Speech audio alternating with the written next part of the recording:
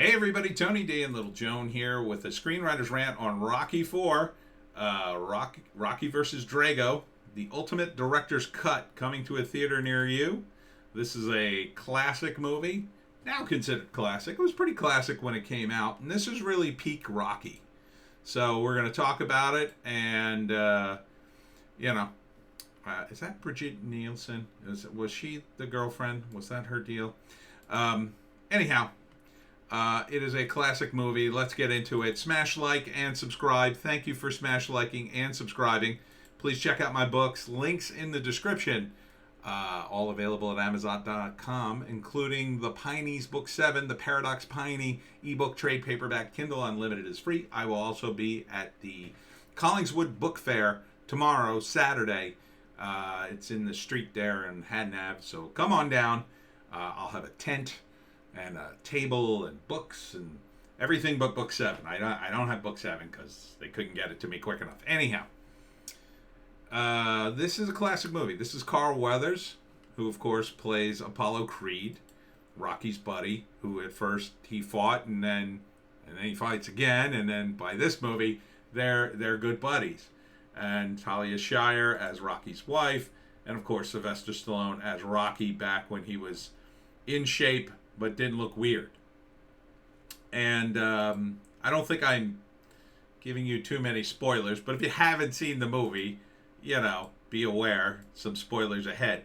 So the first act, you got Carl Weathers is going to fight Drago, played by Dolph Lundgren, who's just monstrous looking in this movie. And he's just built up as the Soviet Union's ultimate weapon. He's got all sorts of drugs and training because, they're just pouring money into him, and he fights Apollo Creed and ends up killing him. And Rocky thinks it's a bad idea that he fought him.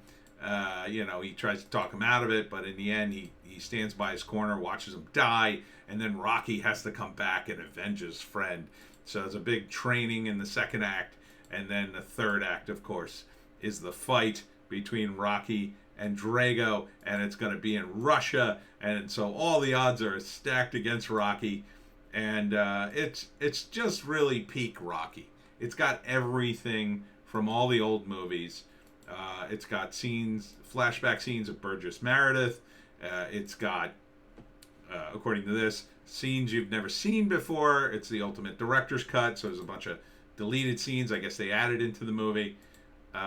Typically, there was a reason they cut those scenes. Usually it's because of the length, and it slows down the pacing. Here's Stallone getting bashed in the face, and he's imagining Apollo Creed there, even though he's dead. And so yeah, this is November 11th, one night only. I don't think it'll be one night only. Eventually they'll release it in some form or another if it's not already out.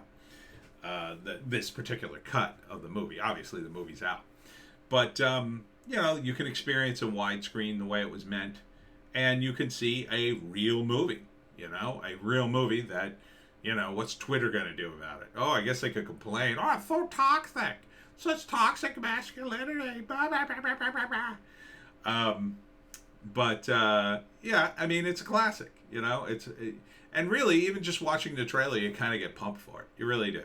I know. You say I'm Italian and that's why I love Rocky movies. That's not why. They're good movies.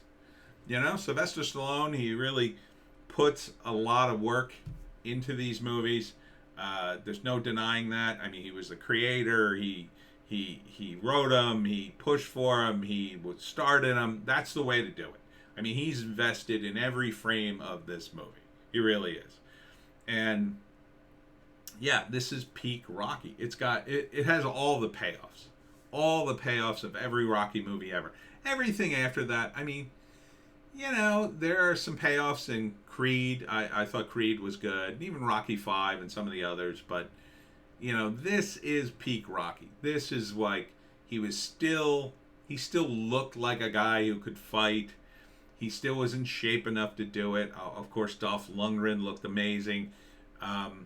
It was all designed kind of to pay off here. If the Rocky franchise had ended at 4, it would have been a fantastic ending. It would have been a fantastic ending. Um, so much happens in this movie in the Rocky universe, and after this, I think this was when this came out. I remember when this came out, it was still very much very exciting. People loved it. It was still. I think it was a big hit. I think it did well. Um, you don't get more American or ultimate than Rocky fighting a guy from the Soviet Union. Everything after that sort of paled in comparison because the metaphor wasn't just Rocky battling his demons or whatever or overcoming adversity. It was a metaphor for America versus the Soviet Union. And America always wins, especially in American movies, right? So, if you haven't seen it, it's a good one to see.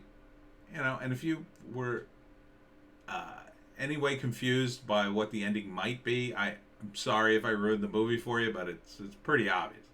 Pretty obvious movies at this time, they had a classic sort of look to them. They also felt inspiring. I mean, even if you just watch this trailer, it's like you feel like you're inspired. Also, Stallone's son, I think, plays his son in this movie. It's got a big training montage, huge training montage. And again, Stallone he doesn't look all puffy. Stallone in some of his later movies, he really looks puffy. Here he still looks like a guy who's pulling this off. I don't know how old he was by this time. But good movie, solid, classic, inspiring. I totally recommend it. So, Rocky 4, Rocky versus Drago, the ultimate director's cut. If you're gonna go out to the movies and see this, it says buy or rent, so you can buy or rent it. It's worth it, especially if you haven't seen it. And that's it for me, Tony D. See you in the next one.